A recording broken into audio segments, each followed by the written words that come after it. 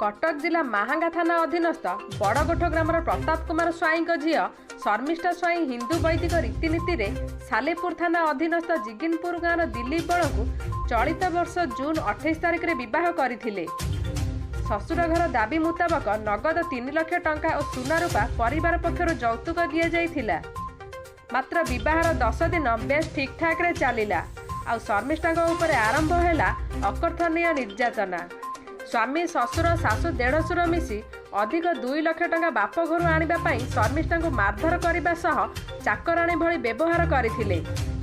से गत 18 तारिख संध्यारे शर्मिष्ठा को ताका स्वामी दिलीप मरणात्मक आक्रमण करथिबा अभियोग करिसेंती माहांगा थाना रे। एही मरणात्मक आक्रमण में शर्मिष्ठा शरीर में विभिन्न स्थान में क्षत होगा सह हाथ में गभीर क्षत होइछि। ए बाबद शर्मिष्ठा गत 19 तारिख में माहांगा थाना एक लिखित अभियोग करथिले मध्य पुलिस कौनसी दृष्टांतमूलक कार्यानुष्ठान नहीं नथिबा शर्मिष्ठा अभियोग करिसेंती। शर्मिष्ठा स्वाईं कौन कहबे आपण थाना माहांगा थाना में आस्तेले 3 दिन हेलाणी एफआईआर माने 19 तारिख रे मो 18 तारिख रे आसीगी माने मो एमती मो जिगिरपुर रे बागर होइतला। आउ से 18 तारिख रे एमती मो स्वामी पूरा हाणी के मते खंडा रे पूरा भुजल रे हाणी के पूरा मारी देउथिले। मुंडे चोट बसिला। आ मो घर लोक को फोन करिकी आसी माने बळे आसली दौड़ी घर आ एठी के आसी बड़गोट घर होची बड़गोट। आउ से एफआईआर आसिक एठी देली गोटे 19 तारिख रे आसिक देली। 3 दिन हेलाणी से माने आसिक 5-6 दिन हेलाणी से टोटाली किछि एक्शन नौ नांती। का करना रे आपण एतला दैछन मो स्वामी को ना रे ससुर शाशु देढ़शुर आजा आउ ये नणंद आउ ये भणजा। कौन घटना हला काहे आपण स्वामी आपण पड़ेला सी गोटे झील को माने एमती पसंद करचंती। से कहवा कथा जे घर लोक मोर जोर जबरदस्त बाहर कर देइचंती। घर लोक जोर जबरदस्त बाहर करचंती। आउ से मु ताकू रखिबिनी माने मोरा धरा भी बहुत मते करंती। एमिति टर्चर करचंती माने कोनी चिया दे देचंती सासू जा ये माने समस्ते माने एमिति मोरा धरा करंती। 3 लाख डिमांड दिया हेतला पुणी कहले आउ 2 लाख तू आने मतलब बाड़े बाड़े मार देबी एमिति माड़ माने से माने समस्ते मते मारंती माने कोनी माने एमती करी करी से झियो को कहले कहले तू पळा तो घर को मुझे झियो को बाहरी।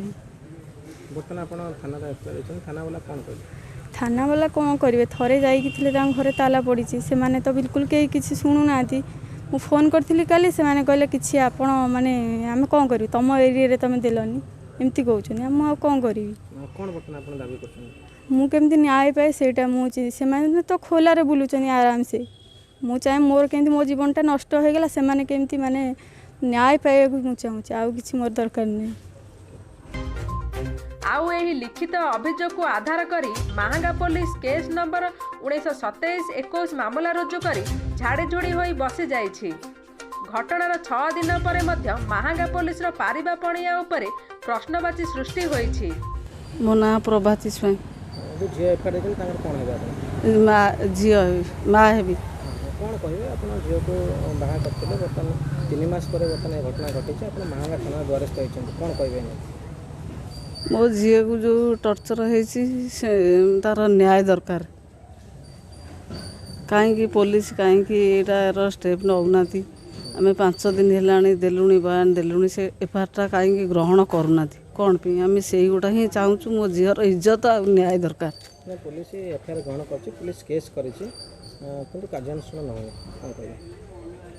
से माने केमिति माने मो झील को जो भाया टर्चर करछन से माने ही से टर्चर माने पाइबा कथा पनिशमेंट निहाती दरकार अरेस्ट हवा दरकार कौन पी पुलिस अरेस्ट करूना।